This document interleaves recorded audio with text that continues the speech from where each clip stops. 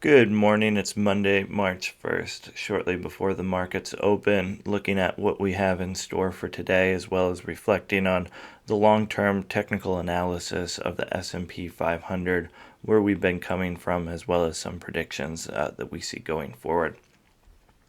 Overall, certainly for anyone aware, last week was certainly a week to watch. Ended close to this long-term price channel line of resistance. We'll talk about that in a moment. But really, so far the futures have been looking great. All markets are positive right now at this time, and this really bodes well for that line of resistance that we saw here. If we zoom out, I'll talk a little bit more about what this line of resistance looks like, why it matters on this price channel, and what that may predict coming up, as well as some of the future resistance that we may be seeing from some of these long-term trends. Looking at the S&P 500 mini futures, you can certainly see today looking positive again.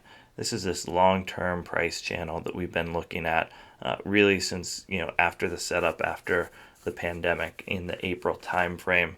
Had a few breakouts here and there that were tested, but came back down again, followed this price channel likewise here. And this has really been a trend that's holding and sticking from November throughout into February and now potentially March as well.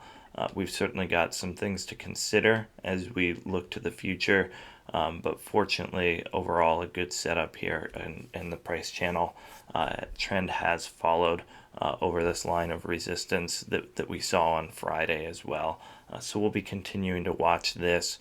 Looking forward to seeing potentially some new highs coming in the coming weeks, but really we may be hitting some resistance that's worth considering, and seeing that potential 10% correction or so that others have talked about.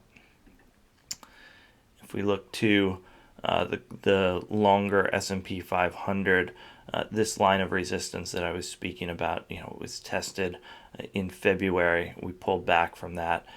And really this long-term line of resistance here, since this whole bull market kicked off, we really haven't seen any movement above this line of resistance here. Nothing that's stuck. So really, looking at 2014, we saw that hit 2018. Didn't quite get there right before the pandemic, but now we're actually testing that line of resistance. So potentially, if we could break out of that, that may be an indicator of a larger market melt up. But right now, at this time, might see some correction that may occur if we bounce off this again and are not able to break out. So we'll certainly be keeping a watch on that. But overall, for the markets today, certainly looks like a positive day, and looking forward to seeing what's to come.